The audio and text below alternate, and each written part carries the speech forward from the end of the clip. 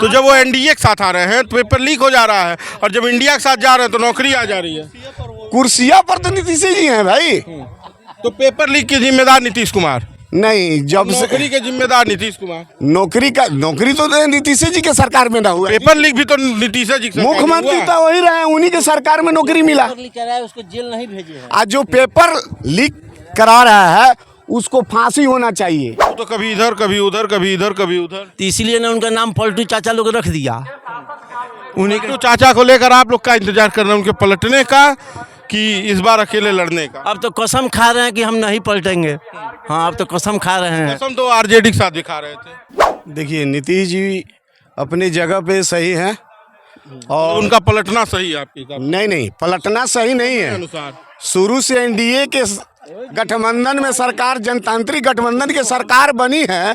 आज भी हम लोग नीतीश के संरक्षण में हम लोग सरकार बनाएंगे। बता रहे थे कि नीतीश कुमार पलटू चाचा नहीं, है। अभी ऐसा बात नहीं है, पलटू नहीं है। और जिस कुर्सी पे हैं उसी कुर्सियां पे बैठे हैं। कुर्सियां तो रहते, सथिया बदल जाता है ना, जैसे कुर्सियां तो रहते ही हैं, साथी बदल जाता है।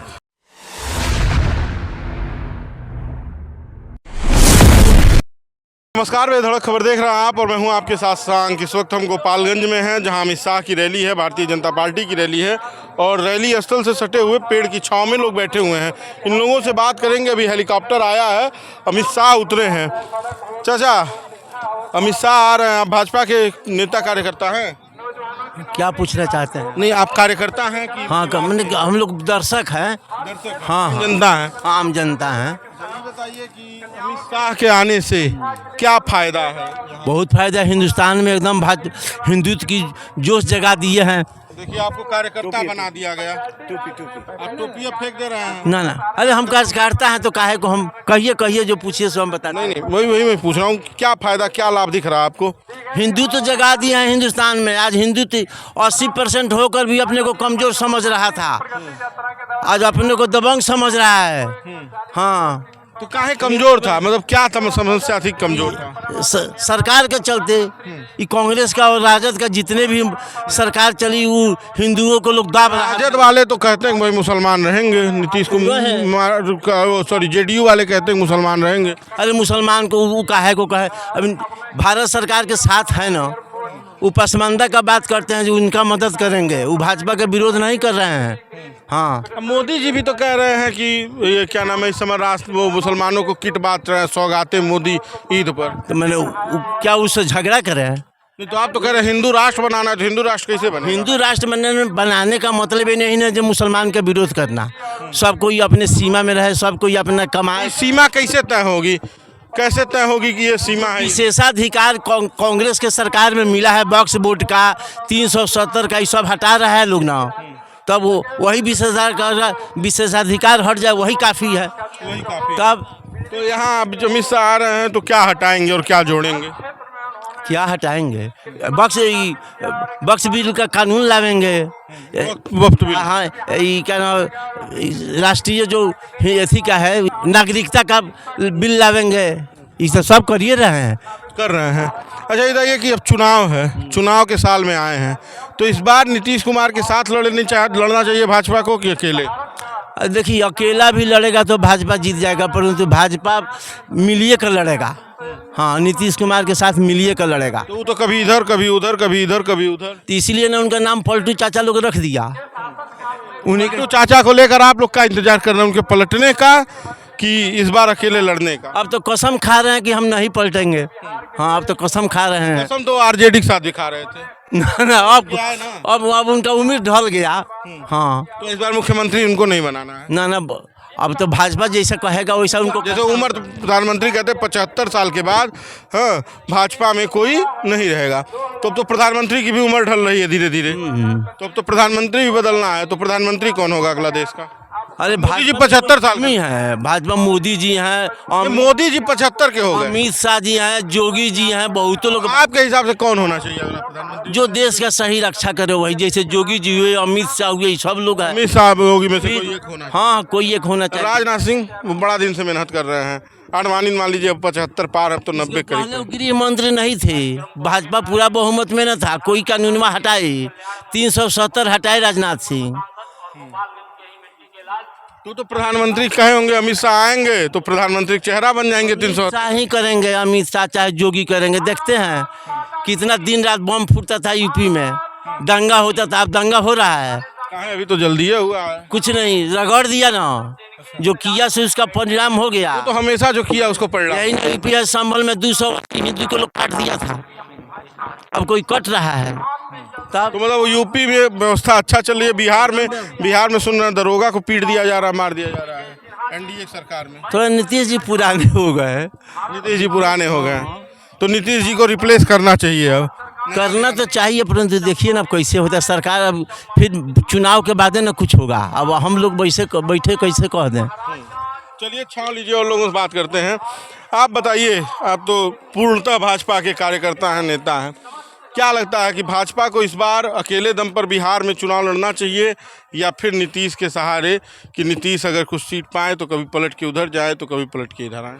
देखिए नीतीश जी अपनी जगह पे सही हैं और उनका पलटना सही है आपके हिसाब नहीं पलटना सही नहीं के है। अनुसार? शुरू से एनडीए के गठबंधन में सरकार, जनतांत्रिक गठबंधन की सरकार बनी है। आज भी हम लोग नीतीश के संरक्षण में हम लोग सरकार बनाएंगे। मतलब भाजपा संरक्षण में चलेगी, जिसके देश संरक्षण में देश चल रहा है वो नीतीश कुमार के संरक्षण में बिहार में है। ये बताइए, भाजपा जो है पूरा देश चला रही है, कहीं ना कहीं किसी के गठबंधन में ही सरकार बना करके और केंद्र से जो है फंडिंग करके यहाँ के लोगों को सुख सुविधा जितना भी दे रही है। महाराष्ट्र में क्या बुराई थी? महाराष्ट्र में शिंदे को रहने दिए होते, बेचारे पार्टी तोड़ के आए और फिर उनको मुख्यमंत्री बनाया गया। फिर जब दोबारा चुनाव हुआ पता चला बेचारे एकदम जैसे वो होता है ना, क्या कहा जाता है, उनको वो कर दिया गया, नीचे ला दिया गया, डिमोट कर दिया गया। देखिए पार्टी समझौता नहीं करती है। अगर आप बिहार में समझौता होगा, आप उलट कीजिएगा तो आपको भी उलटने का काम जो है केंद्र ही करेगा। तो यानी कि वो तोड़ के आए थे, शिंदे गलत किए थे, वो शिवसेना के साथ रहे होते तो वहाँ भी ठीक ही रहे होते कम से कम। देखिए शिंदे की बात जहाँ तक है, वो जैसा किए वैसा केंद्र किया, लेकिन जैसा करता है वो ऐसा भरता है, वो ऐसा भरता है। अब जनता के साथ आप वैसा सलूक करते तो आप केंद्र आपको जो है उस नज़र से नहीं देखती। तो यानी कि शिंदे की सरकार जो भाजपा के साथ चली थी वो गड़बड़ चली, इसकी वजह से भाजपा ने वहाँ देवेंद्र फडणवीस को फिर दोबारा मुख्यमंत्री बना दिया। वो तो उनका कार्यकलाप के ऊपर ऐसा हुआ। तो नीतीश जी के गठबंधन में भाजपा एनडीए बिहार में सही चल रही है, अभी सही चल रही है। इसके बाद एनडीए गठबंधन, जनतांत्रिक गठबंधन के सरकार जब बनेगी फिर यहाँ जो है जो भी असुविधा हो रही है उसको दुरुस्त किया जाएगा, उसको पूरा। इस बार क्या होगा? मतलब नीतीश कुमार मुख्यमंत्री नहीं बनेंगे, जैसा चाचा बता रहे थे कि उनकी उम्र ढल गई है। देखिए ये तो अब समय ये बहुमत किसका कितना आ रहा है, क्या हो रहा है, अभी आ रहा है, अभी समय सीमा कोई तय नहीं हुआ और उसके अनुसार जो है काम होगा। अच्छा, लोग ये कह रहे हैं कि तेजस्वी यादव के साथ जब नीतीश कुमार थे तो बड़ा नौकरी आया और जैसे ही भाजपा के साथ आया वैसे पेपर लीक आ गया। अभी बताइए कि एनडीए के सरकार में पूर्व से नीतीश जी रहे, पेपर लीक वाले पाइए, नौकरी और पेपर लीक। नीतीश जी पलटवार नहीं कर रहे हैं। नीतीश पलट के जब उधर नहीं, नीतीश जी कुर्सी तो ही है, नीतीश जी जिसको साथ मिला रहे हैं, तो जब वो एनडीए के साथ आ रहे हैं तो पेपर लीक हो जा रहा है और जब इंडिया के साथ जा रहे हैं तो नौकरी आ जा रही है। कुर्सियां पर तो नीतीश जी हैं भाई। तो पेपर लीक के जिम्मेदार नीतीश कुमार नहीं, जब से नौकरी के जिम्मेदार नीतीश कुमार। नौकरी तो नीतीश जी के सरकार में ना हुआ, पेपर लीक भी तो नीतीश जी मुख्यमंत्री तो वही रहे, उन्हीं के सरकार में नौकरी मिला। उसको जेल नहीं भेजे। आज जो पेपर लीक करा रहा है उसको फांसी होना चाहिए। उसका जो है जो होगा, ये कैसे होगा? सरकार इस पर जो है अगला जब सरकार बनेगी तो देखिएगा इस पर ये जितना भी पेपर मतलब ये भाजपा के कार्यकर्ता दमखम मान लिए हैं कि अब नीतीश जी की सरकार नहीं बनेगी भाजपा की सरकार बनेगी। मतलब धीरे धीरे आप यही कहना चाहते हैं, खुल के नहीं कह पा रहे हैं क्योंकि अभी हो सकता है कि इसी बीच सरकार बदल जाए, मुख्यमंत्री नीतीश कुमार रहे। और आप इतना ही समझ लीजिए समय अब आ गया है, उसके अनुसार जो है भाजपा का सरकार और एनडीए नीतीश जी के साथ में बनेगी और इसका जो है हम लोग पूर्ण बहुमत से हम लोग 225 सीट लाएंगे इस बिहार में और अपना सरकार जिस हिसाब से पूर्ण रूप से अपनी कितनी सीट रहेगी? जैसे 400 का नारा तो केंद्र में भी दिया गया था और 220 आते आते एकदम हालत खराब हो गई। देखिए 400 से एकदम आगे, तो 225 में कितना भाजपा का आएगा, एकदम सीधे सीधे बता दीजिए। तो भाजपा का जो है आपको, भाजपा को अगर 105 मिल रहा है, जदयू का 100 मिल रहा है, या उसमें भी 43 है। कैसे कैसे अगर 105 और 90 भी जदयू रही ना तो नीतीश कुमार मुख्यमंत्री ही जान लीजिएगा।